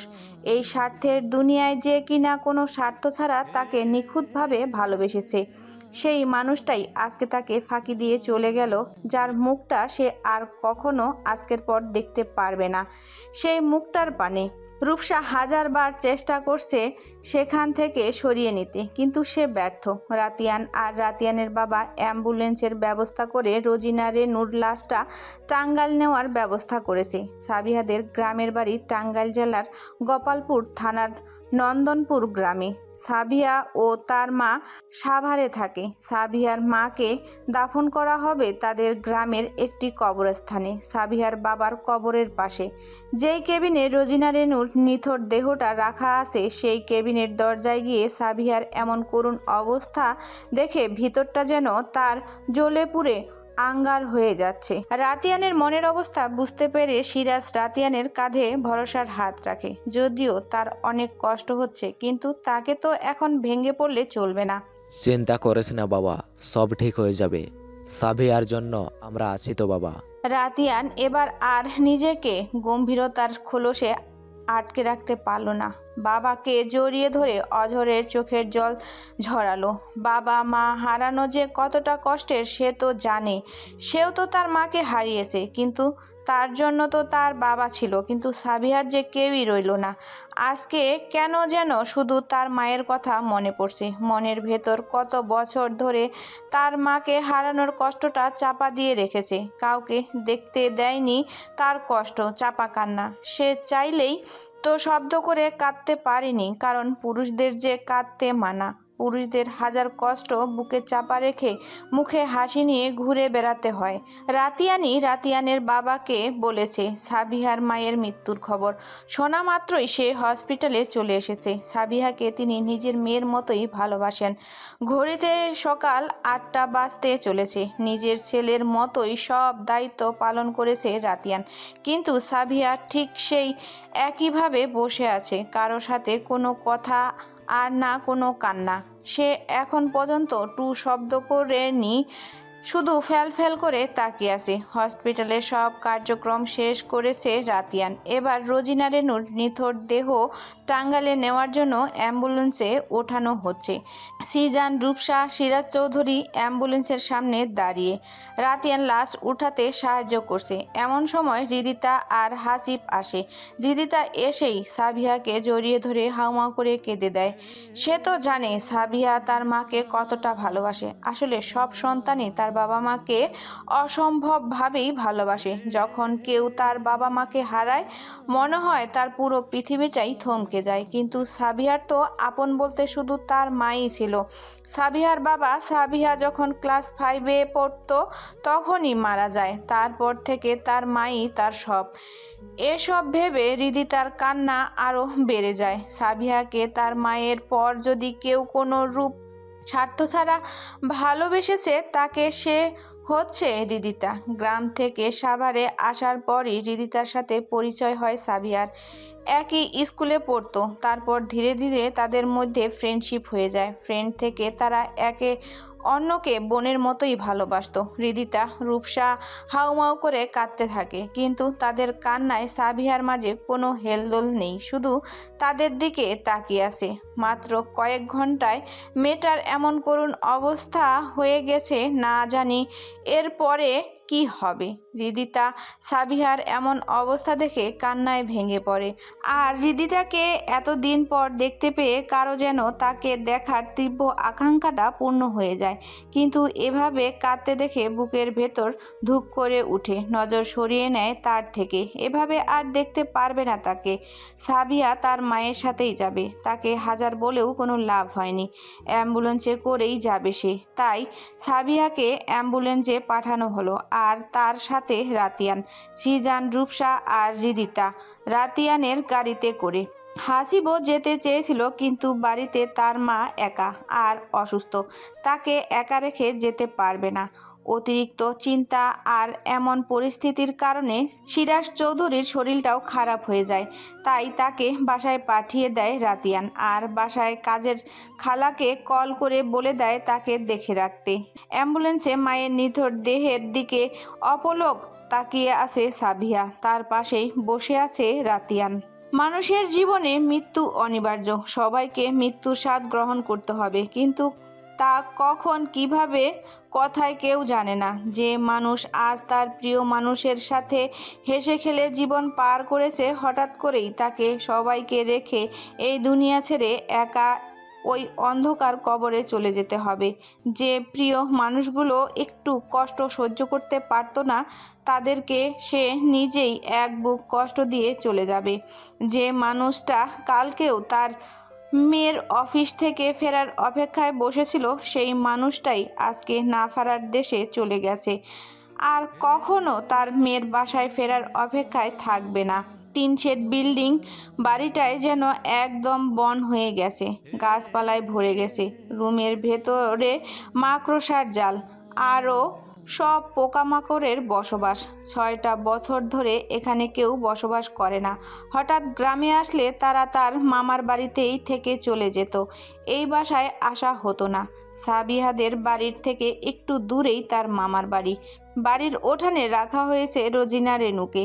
তার থেকে একটু দূরে বারান্দায় দেওয়ালে হেলান দিয়ে পাথর হয়ে বসে আছে সাবিহা। তার পাশেই বসে কেঁদে চলেছে রূপসা, হৃদিতা, সুফিয়া বেগম, সাবিহার মামি। আপনি আপনি তুমি এভাবে কেন বলতে আতো? সাবিহার মামাতো বোন, মাত্র 4 বছর বয়স। সাবিহার মামি সাবিহাদের ভালো না বাসলেও ওই পিচ্চি মেয়েটা খুব ভালোবাসে। সাবিহা বলতে একদম পাগল। তোমার আম্মা মারা গেতে তুমি কাঁদতো না কেন? তুমি নাতে তোমার মাকে ভালোবাসতো না, তথাই বলতে। আমাদের চারপাশে অনেক ধরনের লোক আছে যারা শুধু অন্যের সমালোচনা নিয়ে ব্যস্ত থাকে। তাই তো কিছু লোক সাবিহাদের নিয়ে সমালোচনা করছে। ওদের সাথে 2টো ছেলে এসেছে, না জানি কি না কি হয়। মা মেয়ের চরিত্র ঠিক ছিল কি না এই সময়ও যে কেউ এমন ভাবনা চিন্তা করতে পারে তা শুধু আপনার এলাকায় এমন মানুষদের দেখলেই বুঝতে পারবেন। সিজান, রাতিয়ান, সোবাহান মিয়া, সাবিহার মামা মিলে রোজিনা রেনুর দাফন করার ব্যবস্থা করেছে। শেষবারের মতো সাবিহাকে তার মায়ের মুখটা দেখানো হলো। কি মায়াবী লাগছে তার মায়ের মুখটা। সে ভাবতেই পারছে না আর কখনো তার মাকে সে দেখতে পারবে না। মা বলে কাউকে ডাকতে পারবে না, কাউকে হুটহাট জড়িয়ে ধরতে পারবে না। আল্লাহ কেন বারবার তার প্রিয় মানুষগুলোকেই নিয়ে নেয়? তার একমাত্র বেঁচে থাকার সম্বলটাকেই কেন সে হারিয়ে ফেললো? এখন সে কিভাবে বাঁচবে? কেন তাকে একা করে চলে গেল তার মা? রোজিনা রেনুর জানাজার শেষ হলো, তাকে দাফন করার জন্য নিয়ে যাওয়া হচ্ছে। নিজের মমতাময়ী মায়ের শেষ বিদায়ে সাবিহা আর নিজের কষ্টকে নিজের ভেতরে বহন করতে না পেরে জ্ঞান হারিয়ে লুটিয়ে পড়ল মাটিতে। বিকাল 5:30টায় গোপালপুরের আলিফ ক্লিনিকের বেডে শুয়ে আছে সাবিহা। একটার পর একটা স্লাইন চলছে অনবরত। এখনও জ্ঞান ফিরেনি তার। গত 5 ঘন্টা যাবৎ সে এভাবে বেডে পড়ে আছে। কেবিনের বাইরে রূপসা, রিদিতা আর সাবিহার পিচ্চি বোন কায়ফা কেঁদে চলেছে। পাশেই সাবিহার মামা মামি সিজান দাঁড়িয়ে আছে। অপরদিকে রাতিয়ান হসপিটালের করিডোরের পাশেই জানালায় চুপচাপ দাঁড়িয়ে আছে। সে আর পারছে না সাবিহাকে এভাবে দেখতে। যতবার সাবিহার মুখটা দেখেছে ততবারই মনে হচ্ছে সে মারা যাবে। আসলে নিজের প্রিয় মানুষটাকে এভাবে কষ্টে দেখলে কেউই সহ্য করতে পারে না। মাত্র কয়েক ঘন্টায় এই গম্ভীর রাগী মানুষটা কেমন যেন হয়ে গেছে। উস্কো খুস্কো চুল গোছানো সেই মানুষটাকে একদম পাগলের মতো লাগছে। যে মানুষটাকে সিজান খুব ভয় পেত, এত রাগী গম্ভীর লোকটার এমন হাল দেখে সে বিন্দুমাত্র অবাক হয়নি। সাবিহার জ্ঞান হারানোর পর রাতিয়ানের পাগলামি দেখে সে এটুকু বুঝে গেছে যে রাতিয়ান সাবিহাকে পাগলের মতো ভালোবাসে। সিজান গিয়ে রাতিয়ানের কাঁধে হাত রাখে। স্যার, সব ঠিক হয়ে যাবে, আপনি চিন্তা করবেন না। সাবিহা একদম ঠিক হয়ে যাবে। আপনার একটু রেস্ট নেওয়া দরকার স্যার। এভাবে চলতে থাকলে আপনি অসুস্থ হয়ে পড়বেন। চুপচাপ সিজানের কথা শুনে যাচ্ছে, কিছুই বলছে না। সিজান আর কিছু বলবে তখনই রূপসা এসে বলে ওঠে, স্যার, সিজান তোমরা তাড়াতাড়ি আসো, সাবিহার জ্ঞান ফিরেছে। আর কোনো কথা না বলেই 3 জন সাবিহার কেবিনে চলে যায়। কেবিনের দরজায় দাঁড়িয়ে সবটা দেখছে রাতিয়ান। কারো সাথেই কোনো কথা বলছে না সাবিহা। সবাই এটা সেটা বলে তাকে কথা বলানোর চেষ্টা করছে। সাবিহা কোনো কথারই জবাব দিচ্ছে না। রিদিতা আর নিজেকে সামলাতে পারল না, দৌড়ে রাতিয়ানকে জড়িয়ে ধরে হাউমাউ করে কেঁদে দিল। রাতিয়ান আর সহ্য করতে না পেরে সাবিহার কেবিন থেকে সবাইকে বের হয়ে যেতে বলল। সবাই চলে যাওয়ার পরে বেডের কাছে গিয়ে দাঁড়ালো আর রেগে রেগে বলতে শুরু করলো, আপনি কি ভেবে দেখেছেন আপনি এরকম চুপ থাকার কারণে আপনার মা কতটা কষ্ট পাচ্ছে? কেবিনের বাইরে পিচ্ছি মেয়েটাও কাইপা আপনার জন্য কান্না করতে করতে অসুস্থ হয়ে যাচ্ছে। রূপাশা, রিদিতা, সিজান, আপনার মামা, আপনার মামি, তারা কি আপনার মায়ের জন্য কষ্ট পাচ্ছে না? আপনি কি করছেন? আপনার মায়ের সাথে সাথে ওদেরকেও কষ্ট দিচ্ছেন। আপনি এভাবে থাকাটা ভিতর থেকে কাউকে ভেঙে গড়িয়ে দিচ্ছে। আপনি বুঝতে পারছেন কিছু না? আপনি কিভাবে বুঝবেন? সাবিয়া শুধু সব শুনে চলছে আর চোখের কোণ বেয়ে অঝরে জল পড়ছে। সাবিহার চোখের জল দেখে সামনের টুলটাতে লাথি মেরে আরো বেশি রাগী স্বরে বলে, আরে আপনি কিভাবে বুঝবেন? আপনি তো আপনার মায়ের কষ্টটাই বুঝতেছেন না। আপনাকে এভাবে দেখে ও তো ওই অন্ধকার কবরও শান্তিতে থাকতে পারবে না। সাবিহার একদম কাছে চলে যায়। লিসেন, আমি আপনার সাথে কথা বলছি, কথা বলুন আমার সাথে। Talk to idiot, dammit. Sabiya এবার হাউমাউ করে কেঁদে ওঠে। ওর কান্নায় রূপসা, রিদিতা, সিজান, মামা মামি দৌড়ে কেবিনে চলে আসে আর রাতিয়ান বাইরে চলে যায়। সাবিয়াকে কাঁদতে দেখেই রিদিতা কেঁদে দেয়। গিয়েই সাবিয়াকে জড়িয়ে ধরে সাবিয়া কাঁদতে কাঁদতে বলতে থাকে, কেন আমার সাথে এমন হয় আল্লাহ? কেন বারবার আমার ধৈর্যের পরীক্ষা নেয়? বাবা যখন চলে যায় তখন তো আমার কাছে আমার মাকে রেখে গিয়েছিল, কিন্তু মা যে আমাকে একা রেখে চলে গেল। আমার যে বেঁচে থাকাটাই বৃথা হয়ে গেল। আমার পুরো পৃথিবীটাই যে থমকে গেছে। নিজে নিজে বলতে বলতে চিৎকার করে কান্না করতে থাকে। সাবিহার কান্না দেখে সবাই কেঁদে ওঠে। কেবিনে ছোট কাচের জানালার পাশে দাঁড়িয়ে সবটা দেখছে রাতিয়ান। সাবিহাকে সুস্থ রাখতে ওর কাঁদা কথা বলাটা খুব প্রয়োজন ছিল, তাই এমন সময়েও সাবিহার সাথে এমন ব্যবহার করেছে রাতিয়ান। রাতিয়ানের পাশে থেকে ডক্টর বলে ওঠে, now she is out of danger. এখন আপনারা ওনাকে বাসা নিয়ে যেতে পারেন। হসপিটালের সব কার্যক্রম শেষ করে সাবিয়া ও বাকি সবাই তার মামা সোবাহান মিয়ার বাড়িতে গিয়ে উঠল। রাতে সাবিহার মামি সবাইকে ডাল ভাত রান্না করে খাওয়ায়। কেউই ভালোভাবে খায়নি। সাবিহাকে অনেক জোরাজোরি করে 2 লোকমা খাওয়াতে পেরেছে হৃদিতা। সোবাহান মিয়াদের টিন শেডের বিল্ডিং, তাতে 2টো রুম আর বাইরে একটি ছোট টিনের ঘর আছে। রূপসা, হৃদিতা, সাবিয়া, কায়ফা একসাথে একই রুমে।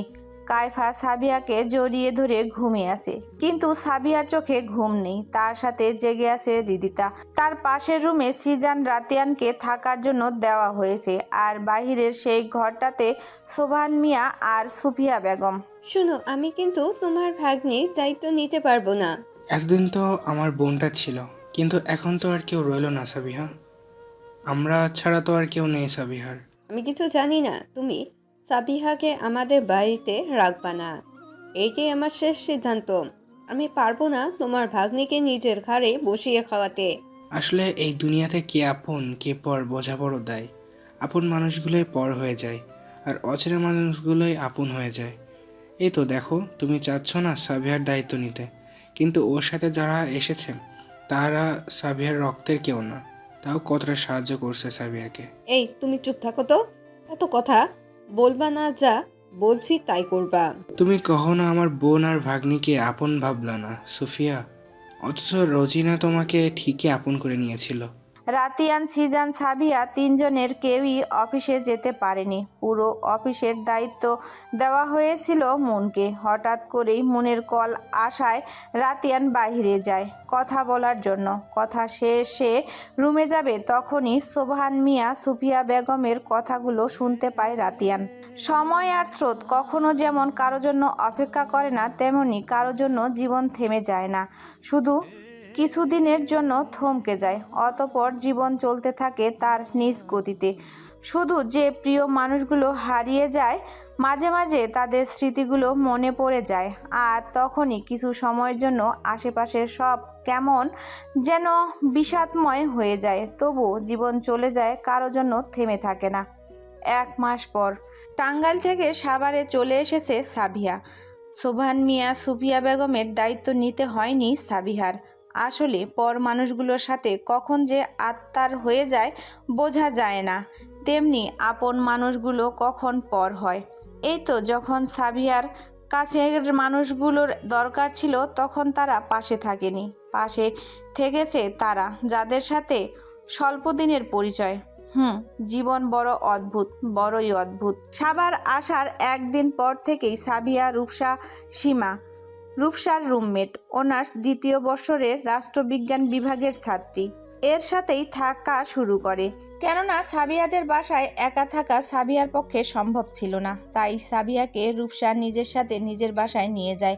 আর সাবিয়াকে রূপসার বাসায় নিয়ে যাওয়ার ব্যাপারটা রাতিয়ানি বলে রূপসাকে, কেননা সাবিয়া একা থাকলে ও আরও ডিপ্রেশনে চলে যাবে। এমনিতেই মনের অবস্থা ভালো নয়। আজ শুক্রবার, ছুটির দিন। ঘড়িতে রাত 11টা। বারান্দার রেলিং ঘেঁষে দাঁড়িয়ে মেঘাচ্ছন্ন আকাশের সদ্য মেঘে ঢাকা পড়ে যাওয়া একটি তারা খুঁজতে ব্যস্ত সাবিহা। যে মেয়েটা সব সময় হাসি খুশি থাকতো, সেই মেয়েটাই এখন কেমন যেন চুপচাপ থাকে। তার মাঝে আগের মতো সেই প্রাণোচ্ছল ভাবটা নেই, কেমন যেন মনমরা হয়ে থাকে সব সময়।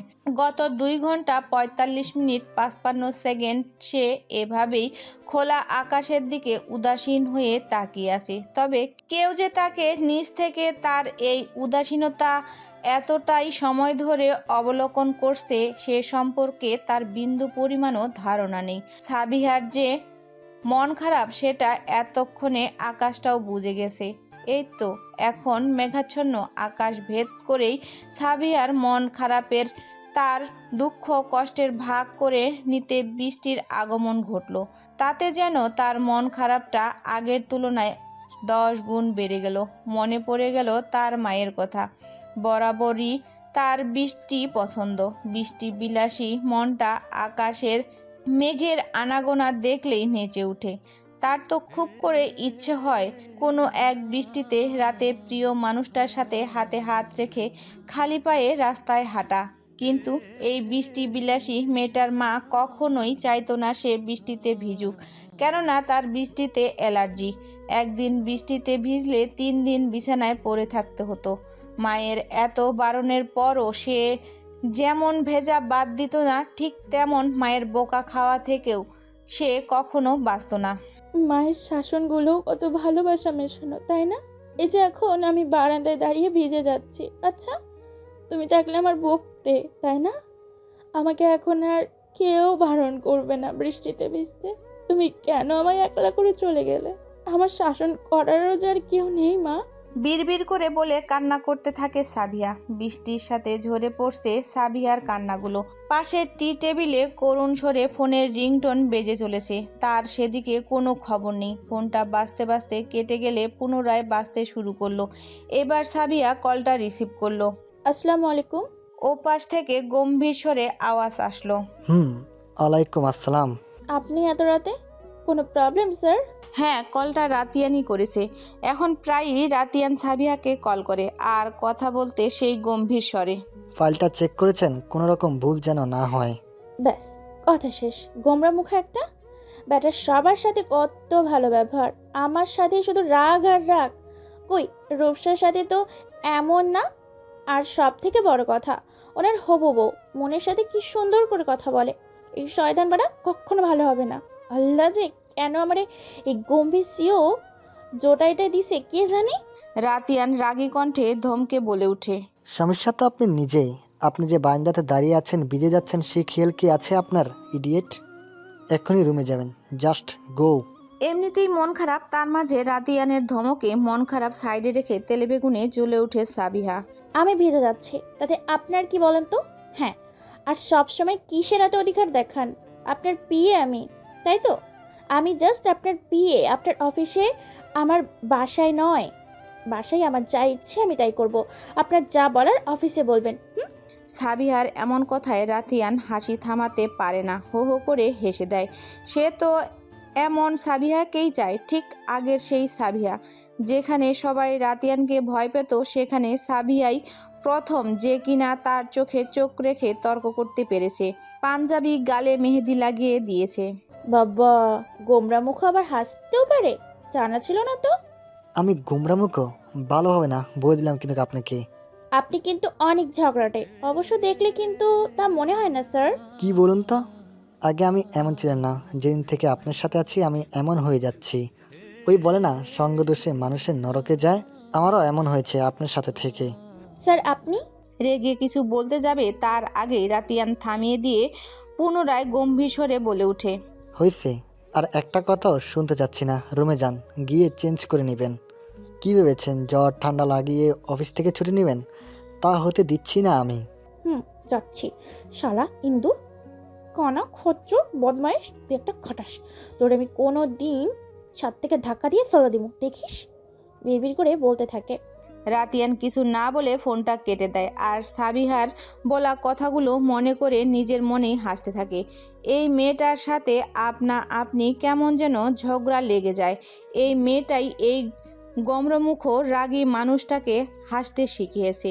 সে তো চায় সাবিহা সব সময় এভাবে উড়ানচণ্ডী হয়ে থাকুক, হাসি খুশি থাকুক। তার এমন মনমরা হয়ে থাকা তাকে আরও কষ্ট দেয়। ফোন কেটে যাওয়ার পর আরও কিছুক্ষণ রাতিয়ানকে বকতে বকতে রুমে চলে যায়, আর রাতিয়ান চলে যায় নিজের বাসায়। বাবা, আমি কিচ্ছু শুনতে চাই না।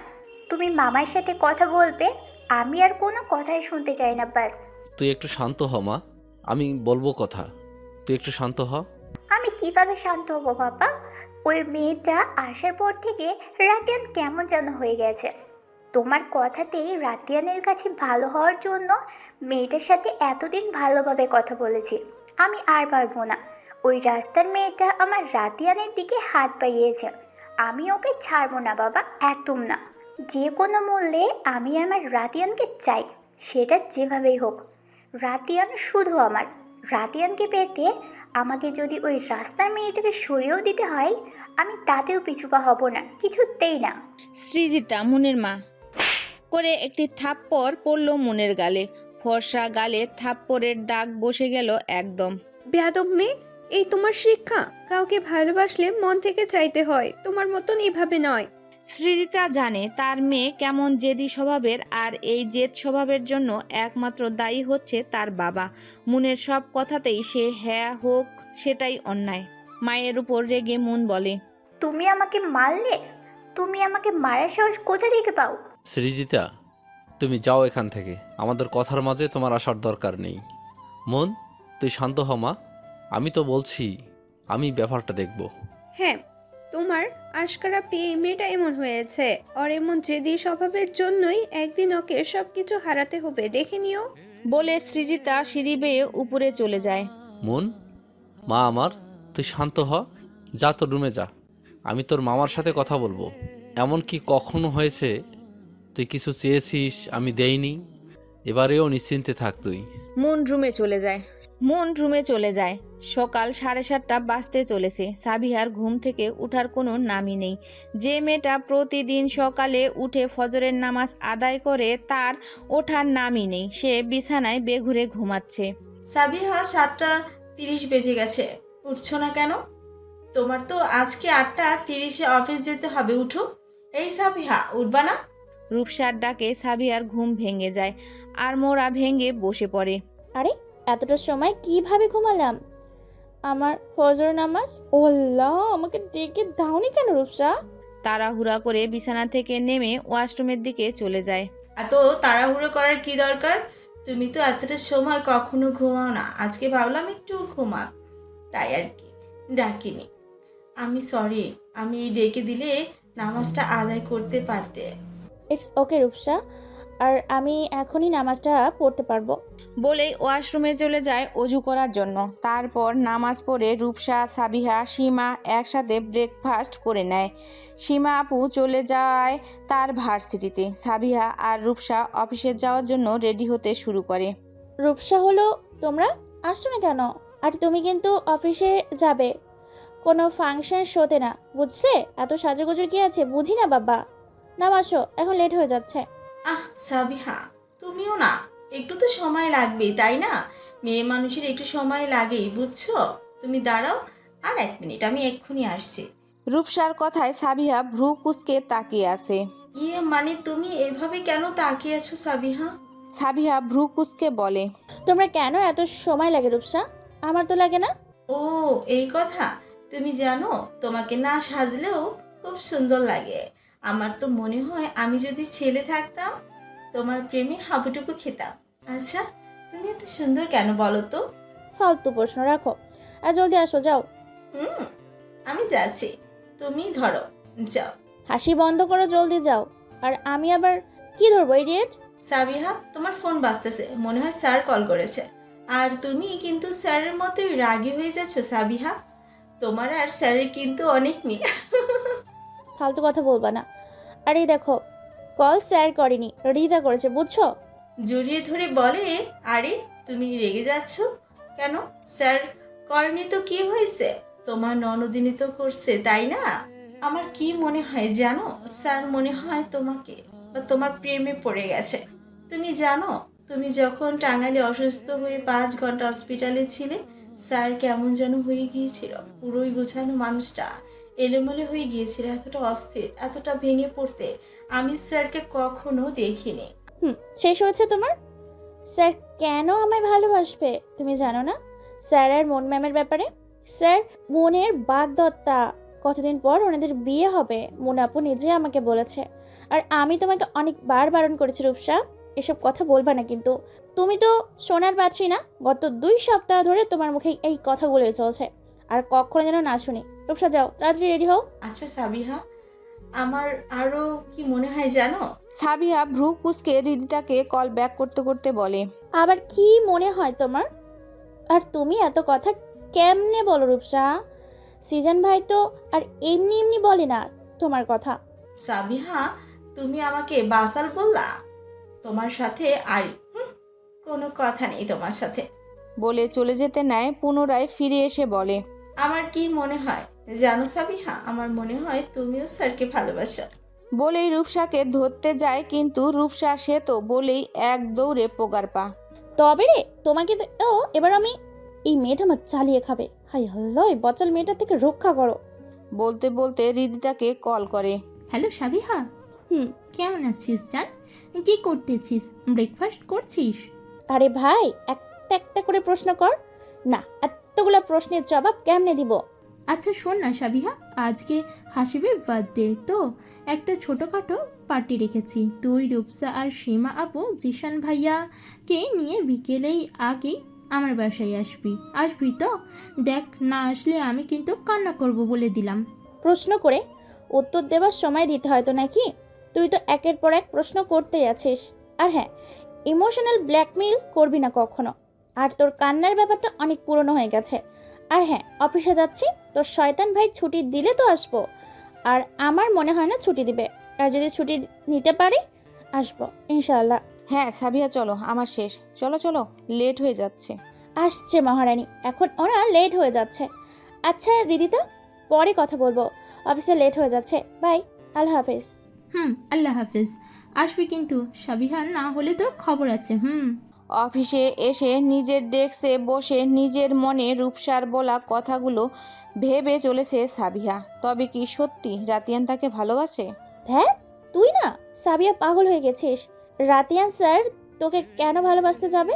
সব থেকে বড় কথা, রাতিয়ান স্যার মন ম্যামকে ভালোবাসে। কয়েকদিন পর তাদের বিয়ে। আমিও না কি যে ভাবি। আচ্ছা, আমি কি তাহলে স্যারকে ভালোবাসি? নিজের মনকে প্রশ্ন করে। তখনই রাতিয়ান নিজের ডেস্কে এসে সাবিয়াকে কল করে। মিস সাবিয়া, এখনই আমার ডেস্কে আসুন ফার্স্ট। জি স্যার, আমি এখনই আসছি। May I come in sir? Yes, come in miss. Sir ডেকেছেন? আচ্ছা, আপনি কি একটা কাজও ঠিকভাবে করতে পারেন না? সাবিয়া মনে মনে বলতে থাকে, এই তো শুরু হয়ে গেছে। এই তো শুরু হয়ে গেছে আমাকে ধমকানো। এইটা পারি না, ওইটা পারি না, এই বেড়াই নাকি আমাকে ভালোবাসে। আমিও কাউকে ভালোবাসি না, আর এই শয়তান বেড়ারে তো আরও না। এই যে আমি আপনাকে বলছি, আপনি কোনো কথা বলছেন না কেন ইডিয়েট? আপনাকে তো বলে রাখা হয়েছে ফাইলটা আমি আসার আগে আমার ডেস্কে রেখে দিবেন। কই? এই তো স্যার আপনার ফাইল। বিড়বিড় করে বলতে থাকে। সোনার চান্দু, তুমি কি মনে করছো আমি কিছুই বুঝি না? তুমি কালকে রাতের প্রতিশোধ নিতেছো। এখন তোমার সাথে কোনো ঝামেলায় জড়ানো যাবে না। ছুটিটা আগে নিয়ে নি, মজা বোঝা মনে তোমারে। বিড়বিড় করা শেষ হলে এখন আসতে পারেন আপনি। জি স্যার, আসি তাহলে। সাবিয়া। রাতিয়ানের মুখে সাবিহা নামটা শুনে আপনা আপনি পাজোরা থেমে যায়। কেমন যেন অন্যরকম অনুভূতি। এই অনুভূতির নাম কি? আচ্ছা, আমি কি সত্যি স্যারকে ভালোবাসি? ভাবনার মাঝে নিজের খুব কাছে কারো উপস্থিতি অনুভব করে রাতিয়ান। আবারও ঠিক আগের ন্যায় ডেকে উঠে সাবিহা যেন এক ঘোরের মাঝে ডুবে যায়। জি স্যার। রাতিয়ান সে যেন তার শুভ্ররঙা সুবাসিত সেই কাজল কালো আখিতে ডুবে আছে। সেই কাজল কালো আখি, যে আখি সাবিহার হাসির সাথে তাল মিলিয়ে হাসে। সেই মায়াবী মুখের দিকে তাকিয়ে, যে মুখের দিকে তাকালে প্রেমিক পুরুষ মায়ায় পড়তে বাধ্য। রাতিয়ান তার সুবাসীর কপালে লেপ্টে থাকা কয়েকটা অশান্ত চুল ফু দিয়ে ছড়িয়ে দিয়ে সাবিহার সাথে সাথে চোখ বুজে নেয়। সাবিহা যেন এক শ্বাসরুদ্ধকর পরিস্থিতিতে পড়েছে। শ্বাস প্রশ্বাস যেন খুব দ্রুত চলছে। আর কিছুক্ষণ রাতিয়ান তার কাছে থাকলে সে নিশ্চয়ই শ্বাসকষ্টে মারা যাবে। নিজেকে বাঁচাতে সে খুব দ্রুত রাতিয়ানের থেকে দূরে সরে যায়। অন্য পাশ ফিরে বুকে হাত দিয়ে দ্রুত শ্বাস নিতে থাকে। সাবিহার এভাবে সরে যাওয়ায় রাতিয়ান যেন ভ্যাবাচাকা খেয়ে যায়। পর মুহূর্তে নিজেকে স্বাভাবিক করে নিয়ে গম্ভীর স্বরে কয়েকটা ফাইল দিয়ে বলে ওঠে, সাবিয়া, এই ফাইলগুলো আমি আজকের মধ্যে চাই। আর হ্যাঁ, কোনো ভুল যেন না হয়। নাও, গেট লস। সাবিয়া রাতিয়ানের কথা মতো ফাইলগুলো নিয়ে ফিরে আসে নিজের ডেস্কে। পাঁচটা ফাইল দেখে সাবিয়া ভ্রু কুঁচকে ফেলে। পর মুহূর্তেই রাতিয়ানের উপর রেগে জ্বলে ওঠে। শালা খচ্চর বেড়া, এতগুলা ফাইল আজকের মধ্যে কিভাবে শেষ করবো আমি? ফাইলগুলো শেষ করতে করতেই তো রাত হয়ে যাবে। এখন আমি কি করব? রিদিতাকে কি বলবো আমি? শয়তান বেটা, তোরা যে আমি কি করবো আমি নিজেও জানি না। শালা ইন্দুর খচ্চর বেটা। অন্যদিকে রাতিয়ান সাবিহার এমন কাণ্ড দেখে হাসতে থাকে। টিফিন নেওয়ার। সাবিয়া আপ্রাণ চেষ্টা করেও ফাইলগুলো শেষ করতে পারেনি। ব্যর্থ হয়ে গালে হাত দিয়ে ভারাক্রান্ত মনে বসে আছে নিজের ডেস্কে। তখনই তার মনে একটি বুদ্ধির আবির্ভাব হয়। ইয়াহু, আজকে তো আমি ছুটি নিবই, স্বয়ং রাতিয়ানও আটকাতে পারবে না। কাউকে কল করে।